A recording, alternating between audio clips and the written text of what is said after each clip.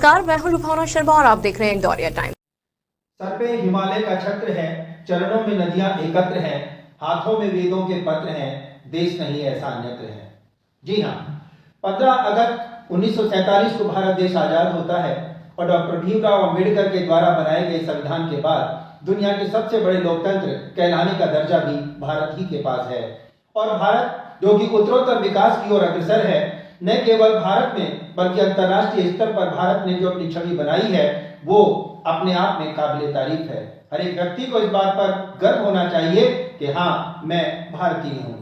एक और जहां भारत ही नहीं बल्कि दुनिया भर में भारत के गणतंत्र दिवस की धूम मची हुई है, ऐसे में बात यदि हम राजस्थान की करें तो राजस्थान के SMS सवाई मानसिंह स्टेडियम में जो प्रांतीय स्तर का कार्यक्रम होने जा रहा है, उस कार्यक्रम के अंतर्गत राज्यपाल कलराज मिश्र जहां ध्वजारोहण करेंगे, वहीं नवगठित जिला कोटपुतली बहरोड में पहली बार 75वें गणतंत्र दिवस पर कलेक्टर कल्पना अग्रवाल ने किया ध्वजारोहण। इस अवसर पर जिला प्रशासन द्वारा विभिन्न क्षेत्रों में उत्कृष्ट कार्य करने वाली 32 प्रतिभाओं को सम्मानित किया गया। नवगठित जिला कोटपुतली बहरोड का प्रथम एवं 75वां गणतंत्र दिवस समारोह स्थानीय राजकीय LBS PG कॉलेज में हर्षोल्लास के साथ मनाया गया। समारोह की मुख्य अतिथि जिला कलेक्टर श्रीमती कल्पना अग्रवाल के द्वारा प्रातः 9 बजे कॉलेज ग्राउंड में ध्वजारोहण में किया गया। समारोह के अध्यक्षता स्थानीय विधायक हंसराज पटेल ने की, जबकि विशिष्ट अतिथि मंचासीन अतिरिक्त जिला कलेक्टर योगेश कुमार डागुर, पुलिस अधीक्षक डॉक्टर रंजीता शर्मा, नगर परिषद सभापति पुष्पा सैनी, जिला परिवहन अधिकारी पवन सैनी आदि मौजूद रहे। इस महत्वपूर्ण अवसर पर मंचासीन अतिथियों द्वारा विभिन्न क्षेत्रों में उत्कृष्ट कार्य करने वाली प्रतिभाओं के अंतर्गत मुकुट सिंह उपखंड अधिकारी कोटपुतली को चुनाव कार्य, कानून व्यवस्था एवं राजस्व कार्यों में उल्लेखनीय योगदान के लिए डॉक्टर राकेश शर्मा को दैनिक इंदौरिया समाचार जगत जिला कोटपुतली बहरोड से प्रकाशित एकमात्र दैनिक समाचार पत्र के प्रधान संपादक के रूप में सम्मानित किए जाने सहित कुल 32 प्रतिभाओं को सम्मानित किया गया। तदोपरांत अतिरिक्त जिला कलेक्टर योगेश कुमार डागुर ने महामहिम राज्यपाल के संदेश का वाचन किया, तो वहीं कलेक्टर श्रीमती कल्पना अग्रवाल ने 75वें गणतंत्र दिवस के महत्व एवं जिला कोटपुतली बहरोड की पृष्ठभूमि को रेखांकित करते हुए सभी को 75वें गणतंत्र दिवस की शुभकामनाएं दी गई।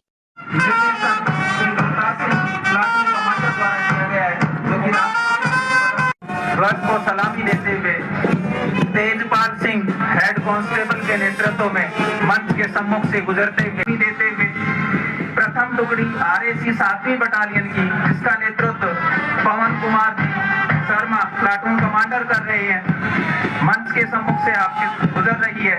इनके ठीक पीछे इसका नेतृत्व यशिका अंडर ऑफिसर कर रही है। बालक सरदार विद्यालय गुजरते हुए नेतृत्व आशीष सैनी अंडर ऑफिसर कर रहे हैं। और आपके सम्मुख जिला स्काउट संघ का ये दल ध्वज को सलामी देता हुआ कुमार गौरव के नेतृत्व में ध्वज सलामी व्हाइट ड्रेस में शिव सरस्वती विद्यालय नेवल विंग ये टुकड़ी नेतृत्व मोनिका सीनियर अंडर ऑफिसर कर रही है। इनके ठीक पीछे नारी शक्ति का प्रतीक महिला आरक्षी दल की ये टुकड़ी महिला आरक्षक कामिनी राजावत के नेतृत्व में मंच के सम्मुख से गुजरती हुई। ठीक इनके बाद राजस्थान जिला पुलिस दल का ये दल, जिसका नेतृत्व SI पुखराज जी कर रहे हैं, सरदार विद्यालय NCC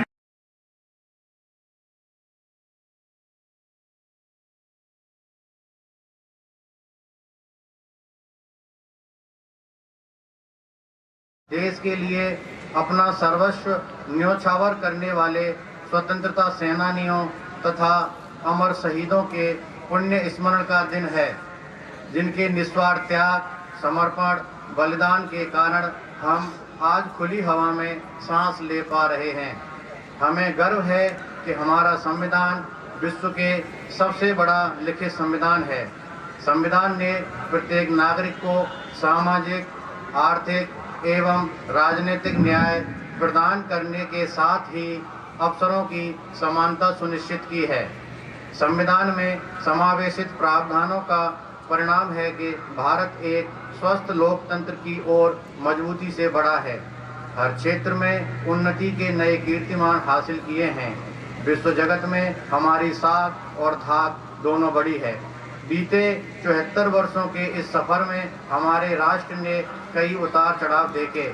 विषम परिस्थितियों और गंभीर चुनौतियों का हर बार हमने डटकर सामना किया है। माननीय प्रधानमंत्री श्री नरेंद्र मोदी के कुशल एवं दूरदर्शी नेतृत्व में हमारा देश अमृतकाल जैसा सुखद अवसर देख रहा है। विगत वर्षों में कोविड महामारी, आर्थिक मंदी, आतंकवाद, वैश्विक अशांति जैसी अनेक चुनौतियों के बावजूद भारत ने आर्थिक, सामरिक, राजनीतिक, कूटनीतिक सहित हर मोर्चे पर बुलंद छवि कायम की है। केंद्र सरकार द्वारा दृढ़ इच्छा शक्ति के साथ लिए गए नीतिगत फैसलों और संघीय ढांचे को मजबूत करने की सोच से राज्यों को भी आगे बढ़ने के लिए नई प्रेरणा एवं ऊर्जा मिलती है। संविधान द्वारा प्रदत्त अधिकारों से हर नागरिक की बुनियादी आवश्यकताओं, आकांक्षाओं एवं सपनों को पूरा किया जा रहा है। मुझे प्रसन्नता है कि 16वीं राज्य विधानसभा के चुनाव में प्रदेश के मतदाताओं ने ऐतिहासिक मतदान किया और पूर्ण बहुमत की सरकार के हाथों में राजस्थान की कमान सौंपी। शांतिपूर्ण, निष्पक्ष एवं पारदर्शी चुनाव संपन्न कराने के लिए मैं इससे जुड़े सभी लोगों को हार्दिक बधाई देता हूं। हमारी सरकार आपनों अग्रणी राजस्थान के संकल्प के साथ आगे बढ़ेगी। इसके लिए संकल्प पत्र 2023 को नीतिगत दस्तावेज का रूप दिया गया है। हमारा प्रयास होगा कि यह सभी संकल्प सिद्धि में परिणत हों और प्रदेश के नागरिक की आकांक्षाएं पूरी हों। राजस्थान समग्र और सतत विकास की दिशा में अग्रसर हो। प्रदेश की अर्थव्यवस्था को सुदृढ़ करना सरकार की सर्वोच्च प्राथमिकता होगी। हमारी सरकार ईज ऑफ डूइंग बिजनेस के माध्यम से आर्थिक प्रगति का मार्ग प्रशस्त करेगी। Rajasthan economic revival task force की स्थापना की जाएगी, जो प्रदेश के भविष्य के मजबूत अर्थतंत्र के लिए रोड मैप तैयार करेगी। पूर्व उपराष्ट्रपति एवं प्रदेश के पूर्व मुख्यमंत्री स्वर्गीय भैरव सिंह शेखावत ने एकात्म मानववाद के प्रवर्तक पंडित दीनदयाल उपाध्याय के सिद्धांतों को अंगीकार कर लक्ष्य अंत्योदय, पथ अंत्योदय एवं प्रण अंत्योदय का सूत्रपात किया था। बाद में देश भर में इस अवधारणा को बल मिला। हमारी सरकार इस ध्येय वाक्य को मूल मंत्र मानकर गरीब कल्याण, युवा कल्याण, महिला कल्याण, किसान कल्याण एवं हर वर्ग के सामाजिक एवं आर्थिक उत्थान के लिए संकल्पित होकर काम करेगी। यह बताते हुए हर्ष है कि हमारी सरकार ने इस घड़ी में फैसले लेना शुरू कर दिया है। प्रदेश में उज्ज्वला योजना एवं बीपीएल परिवारों को मात्र 450 रुपए में सिलेंडर देने की योजना शुरू कर राज्य सरकार ने महिला सशक्तिकरण की दिशा में अपने संकल्प को साकार किया है। इसी प्रकार युवाओं के भविष्य को ध्यान में रखते हुए पेपर लीक के प्रकरणों की जांच के लिए स्पेशल इन्वेस्टिगेशन टीम का गठन किया है। यह प्रतियोगी परीक्षाओं में पारदर्शिता सुनिश्चित करने के लिए बड़ा निर्णय है। इसके पीछे हमारी सरकार का स्पष्ट संदेश है कि पेपर लीक जैसी घटनाओं की पुनरावृत्ति न हो। साथ ही अब भर्ती परीक्षाओं की मॉनिटरिंग मुख्य सचिव और डीजीपी लेवल के अधिकारियों से करवाने तथा नकल माफियाओं के खिलाफ केस ऑफिसर स्कीम के तहत मुकदमा चलाने का फैसला लिया गया है। प्रदेश में कानून व्यवस्था में सुधार के लिए एंटी गैंगस्टर्स टास्क फोर्स का गठन किया गया है। इस टास्क फोर्स ने अपराधियों पर शिकंजा कसना शुरू कर दिया है। इस क्रम में सत्ता की बागडोर संभालते ही सरकार ने एक्शन मोड पर कार्य शुरू कर दिया है तथा करीब 10,000 अपराधियों के विरुद्ध कानून सम्मत कार्रवाई की गई है। अपराधों एवं अपराधियों पर अंकुश लगाने की प्रतिबद्धता के साथ हमारी सरकार राजस्थान की शांति प्रिय प्रदेश की छवि को पुनर्स्थापित करेगी। हमारी सरकार भ्रष्टाचार पर जीरो टॉलरेंस की नीति के साथ काम कर रही है। भ्रष्टाचार पर मजबूत प्रहार करने की दिशा में विगत दिनों प्रदेश में भ्रष्टाचार के प्रकरणों में सीबीआई द्वारा अनुसंधान की शक्तियां बहाल कर दी गई हैं। आगे भी भ्रष्टाचार पर अंकुश के लिए सख्त कदम उठाए जाएंगे। हमारी सरकार का संकल्प है कि गरीब लोगों को रियायती दरों पर भोजन उपलब्ध हो। इस उद्देश्य से श्री अन्नपूर्णा रसोई योजना का शुभारंभ किया जा चुका है। आपको यह जानकर खुशी होगी कि श्री अन्नपूर्णा रसोई में अब श्री अन्न मिलेट को भी शामिल करने का निर्णय लिया गया है। श्री अन्नपूर्णा रसोई में खाद्य सामग्री की मात्रा अब 450 ग्राम से बढ़ाकर 600 ग्राम कर दी गई है, जिससे मेहनत मजदूरी करने वाले हमारे श्रमिक भाई बहनों को पर्याप्त कैलोरी का पोषण मिल पाएगा। किसान कल्याण और आर्थिक सशक्तिकरण के लिए हमारी सरकार प्रतिबद्ध है। किसानों की समृद्धि के लिए प्रधानमंत्री किसान सम्मान निधि की राशि को दोगुना कर 12,000 रुपये प्रतिवर्ष करने का लक्ष्य है। यह संकल्प हमारे अन्नदाता किसान भाइयों के लिए बड़ा संबल होगा। किसान भाइयों के हितों की रक्षा वर्तमान सरकार की सर्वोच्च प्राथमिकता है। पूर्ववर्ती सरकार के समय जिन किसानों की जमीनें नीलाम हुई हैं, उनको उचित मुआवजा देने के लिए हमारी सरकार व्यावहारिक मुआवजा नीति बनाएगी। किसान भाइयों को खाद बीज से लेकर बाजार तक किसी तरह की परेशानी का सामना नहीं करना पड़े, इसके लिए बेहतर व्यवस्था तैयार की जाएगी। उर्वरकों की जमाखोरी एवं कालाबाजारी रोकने हेतु fertiliser distribution regulatory task force का गठन किया जाएगा। राज्य में औद्योगिक विकास को गति देने के लिए आधारभूत ढांचे का विकास हमारी सरकार की प्राथमिकता है। निवेश प्रोत्साहन एवं रोजगार सृजन के लिए भारत सरकार ने दिल्ली मुंबई इंडस्ट्रियल कॉरिडोर परियोजना शुरू की है। इसके तहत प्रदेश में खुसखेड़ा, भिवाड़ी, नीमराना निवेश क्षेत्र एवं जोधपुर, पाली, मारवाड़ औद्योगिक क्षेत्र विकसित किए जा रहे हैं। उत्पादों की सुगम हैंडलिंग के लिए मल्टी मॉडल लॉजिस्टिक हब की स्थापना की जाएगी। हमारी सरकार निर्यात को बढ़ावा देने के लिए स्पेशल इकोनॉमिक जोन विकसित करेगी। नई एक्सपोर्ट प्रमोशन पॉलिसी तैयार की जाएगी एवं ईज ऑफ डूइंग बिजनेस की प्राथमिकता दी जाएगी। हमारी सरकार प्रदेशवासियों को उनके घर के नजदीक बेहतरीन स्वास्थ्य सुविधाएं सुगमता पूर्वक उपलब्ध करवाने के लिए संकल्पबद्ध है। हमारी सरकार आयुष्मान भारत योजना को प्रभावी रूप से लागू करेगी ताकि आम जन को पैसे के अभाव में इलाज से वंचित नहीं होना पड़े। आयुष्मान भारत स्वास्थ्य कल्याण केंद्र योजना के तहत उप स्वास्थ्य केंद्र, प्राथमिक स्वास्थ्य केंद्र एवं शहरी प्राथमिक स्वास्थ्य केंद्रों को अब आयुष्मान आरोग्य मंदिर के रूप में विकसित किया जा रहा है। यह आरोग्य मंदिर जन स्वास्थ्य की धुरी के रूप में कार्य करते हुए रोग उपचारात्मक सेवाओं के साथ प्रिवेंटिव एवं प्रमोटिव हेल्थ सर्विस भी उपलब्ध करवाएंगे। माननीय प्रधानमंत्री श्री नरेंद्र मोदी जी ने देश भर में सस्ती और गुणवत्तापूर्ण दवाइयां उपलब्ध करवाने के लिए प्रधानमंत्री जन औषधि केंद्र की स्थापना की अनुमति पहल की है। प्रदेश में भी ऐसे 350 नए जन औषधि केंद्र स्थापित किए जाएंगे ताकि नागरिकों को कम कीमत में जरूरी दवाइयां मिल सकें। हमारी सरकार प्रतिवर्ष हर ब्लॉक में 2 स्वास्थ्य मेलों का आयोजन भी करेगी। इन मेलों में नागरिकों के स्वास्थ्य की जांच कर उन्हें जागरूक किया जाएगा। भारत सरकार के हील इन इंडिया कार्यक्रम की तर्ज पर राजस्थान में हील इन राजस्थान कार्यक्रम संचालित किया जाएगा। प्रदेश भर में मादक पदार्थों एवं नशीली दवाओं के अवैध व्यापार और अवैध गतिविधियों के विरुद्ध अभियान संचालित किया जा रहा है।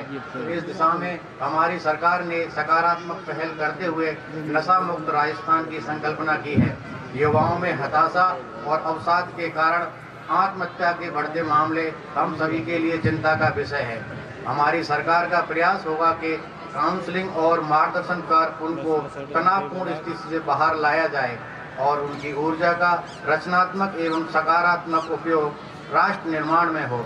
हमारी सरकार इसके लिए प्रदेश के प्रमुख शहरों में युवा साथी केंद्र स्थापित करेगी। शिक्षा के बिना किसी भी देश का भविष्य उज्जवल नहीं हो सकता। हमारी सरकार यह प्रयास करेगी कि प्रदेश के विद्यार्थियों को केजी से पीजी यानी प्राथमिक विद्यालय से विश्वविद्यालय तक निःशुल्क गुणवत्तापूर्ण शिक्षा मिले। हमारी सरकार खेल और खिलाड़ियों को प्रोत्साहन देने, उन्हें आवश्यक खेल सुविधाएं उपलब्ध करवाने और बेहतर माहौल देने के लिए नीतिगत फैसले लेगी।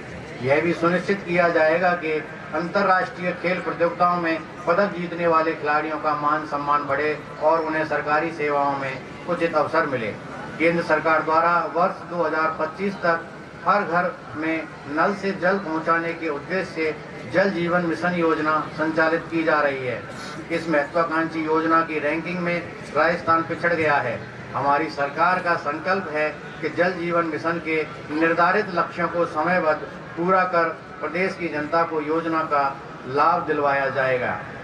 राजस्थान की विषम भौगोलिक परिस्थितियों को दृष्टिगत रखते हुए हमारी सरकार जल संरक्षण के लिए भूजल संरक्षण एवं प्रबंध बोर्ड गठित करेगी तथा अन्य जल प्रदाय योजनाओं के कार्य को भी प्रतिबद्धता के साथ आगे बढ़ाएगी। श्रमिक राष्ट्र निर्माण की श्रृंखला का महत्वपूर्ण हिस्सा है। उनके हितों का संरक्षण करना राज्य सरकार की प्रमुख प्राथमिकता है। इसके लिए श्रमिकों का ई श्रम पोर्टल पर 100% पंजीकरण सुनिश्चित किया जाएगा। असंगठित क्षेत्र के श्रमिकों का आयुष्मान भारत, पीएम जीवन ज्योति बीमा योजना, पीएम श्रम योगी मानधन योजना के माध्यम से जीवन स्तर बेहतर बनाने का प्रयास किया जाएगा। राजस्थान का नाम पर्यटन के क्षेत्र में बड़े गर्व के साथ लिया जाता है। यहाँ के कण कण में पर्यटन रचा बसा हुआ है।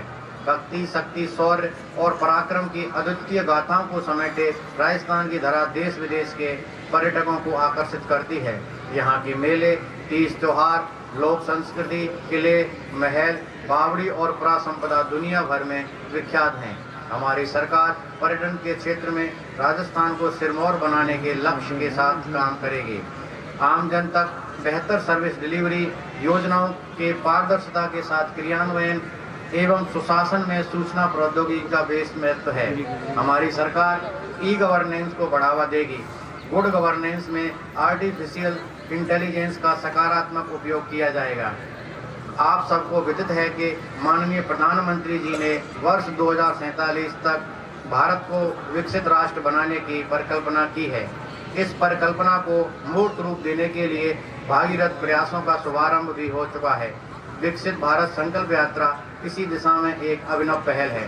राजस्थान में 16 दिसंबर 2023 से प्रत्येक पात्र व्यक्ति को लाभ पहुंचाने के लिए इस यात्रा के तहत राज्य में हजारों कैंप आयोजित हुए हैं, जिनमें लाखों लोगों को केंद्र सरकार की जन कल्याणकारी योजनाओं का लाभ मिलना सुनिश्चित हुआ है। हमारी सरकार विकसित भारत और विकसित राजस्थान के संकल्प को साकार करने की दिशा में समर्पण भाव के साथ अग्रसर होगी।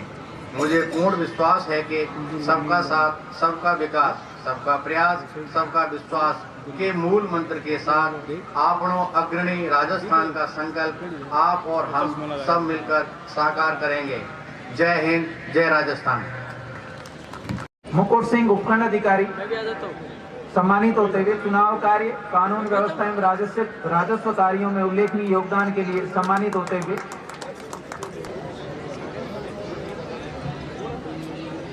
इनके बाद श्री राकेश शर्मा, मुख्य संपादक कोटपुतली। श्री राकेश शर्मा, मुख्य संपादक कोटपुतली, दैनिक इंदौरिया समाचार जगत समाचार पत्र PRO। श्री राकेश शर्मा। इनके बाद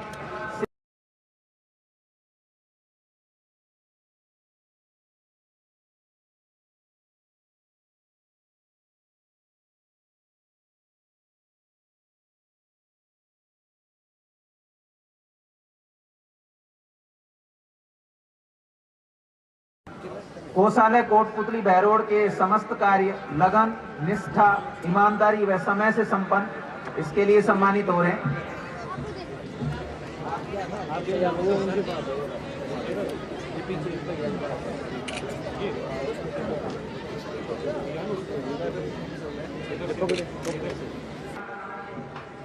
आपके सम्मुख श्री रोहतास सिंह जी सम्मानित होते हैं। श्री रोशनलाल धोबी जी,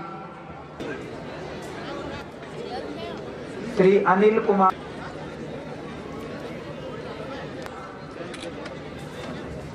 डॉक्टर अनिल कुमार, अध्यापक कोटपुतली। श्री मोहनलाल सैनी जी, वरिष्ठ अध्यापक नीमराना, प्रधानाचार्य राजकीय उच्च माध्यमिक विद्यालय सरूण, विद्यालय में भौतिक विकास शाला। इनके बाद डॉक्टर मंजू मौर्य, चिकित्सा अधिकारी जिला अस्पताल कोटपुतली। चिकित्सा क्षेत्र में बच्चेदानी के कैंसर के इलाज में व संस्कृति संरक्षण से संबंधित कार्यों के लिए हीरोड़ा मंदिर कोटपुतली 3174 इनके बाद doctor Arvind Mittal, president lions club Kotputli.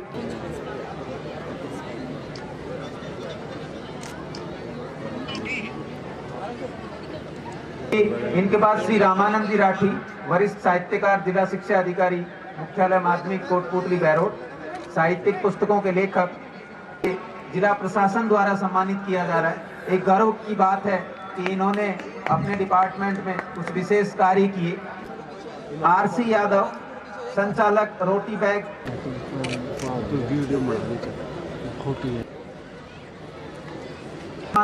उप कोषाधिकारी श्री रामचंद्र गुर्जर सम्मानित होते हुए कलेक्ट्रेट कार्यालय संचालन में इनका प्रमुख योगदान रहा है। इसके बाद भीमपुरा खंड नीमराणा कार्यों के लिए सम्मानित हो रहे हैं। इनके बाद श्री रामेश्वर प्रसाद यादव नीमराणा, श्री श्रीराम यादव, श्री जितेंद्र कुमार रावत। इसके माध्यम से हम सबको बताया गया। अब मैं अगली कड़ी में चलता हूं और स्वतंत्रता सेनानियों एवं शहीदों की वीरांगनाओं का सम्मान हो, मैं माननीय मुख्य अतिथि महोदया और माननीय एसपी महोदया से आग्रह करूंगा कि आपके कर कमलों द्वारा शहीदों की वीरांगनाओं का सम्मान, साथ में माननीय विधायक महोदय से भी आग्रह करूंगा कि आपके कर कमलों द्वारा वीरांगनाओं का सम्मान हो।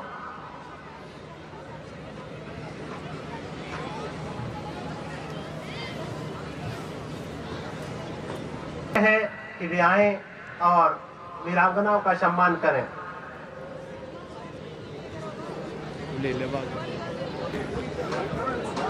श्रीमती रमेश देवी वीरांगना, श्रीमती सरोज देवी कल्याण नगर फतेहपुर बानसूर,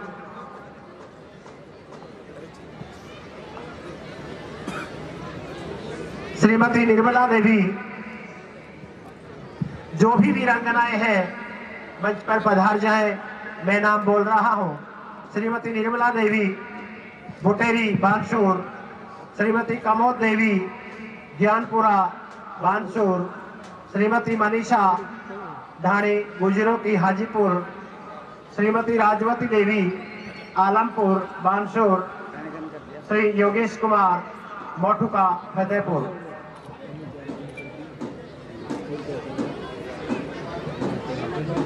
कस्तूरी देवी जी, बिमला देवी जी, अर्चना जी राजपूत। इधर से चल जाओ तो सामने वीरांगनाओं के सम्मान में तालियां बजाते रहे। जोरदार तालियां होनी चाहिए, तालियों में कंजूसी ना बरते।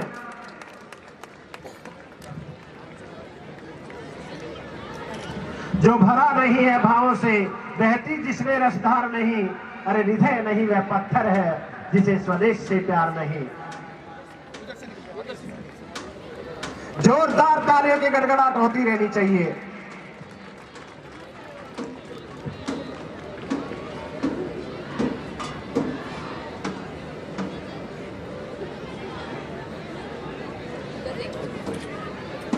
तालियों की गड़गड़ाहट सुनकर तो भगवान भास्कर प्रदर्शित हो गए हैं। जोरदार तालियां।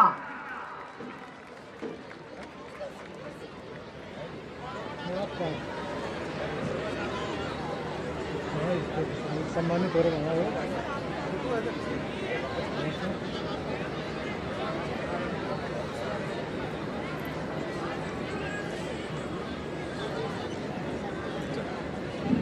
कोई पद चिन्हों पर चलता, कोई पद चिन्ह बनाता है और पद चिन्ह बनाने वाला ही दुनिया में पूजा जाता है।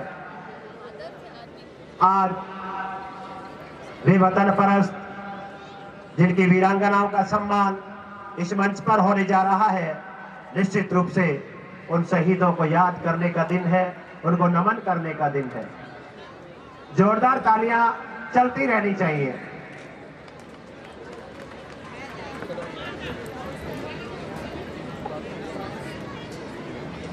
फूल खिले हैं गुलशन गुलशन, चहुदिशि छाई खुशहाली है। फूल खिले हैं गुलशन गुलशन, चहुदिशि छाई खुशहाली है।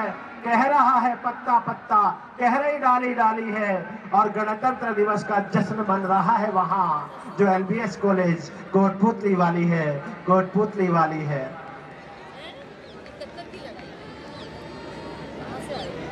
पीटी परेड वाले सभी बच्चे यथास्थान आ जाएं, जहां पीटी प्रदर्शन होना है।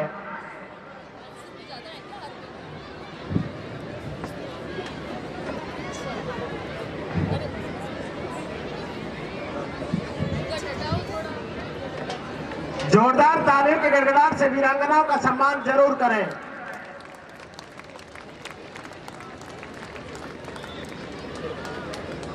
भारतीय संविधान 26 जनवरी 1950 को लागू हुआ था और तब से ही हम इस दिवस को गणतंत्र दिवस के रूप में मना रहे हैं। हमारा देश 15 अगस्त 1947 को अंग्रेजी हुकूमत से आजाद हुआ तो उस समय आहुति देगी। अंग्रेज सरकार की मंशा भारत सरकार को एक स्वतंत्र उपनिवेश बनाने की नजर आ रही थी।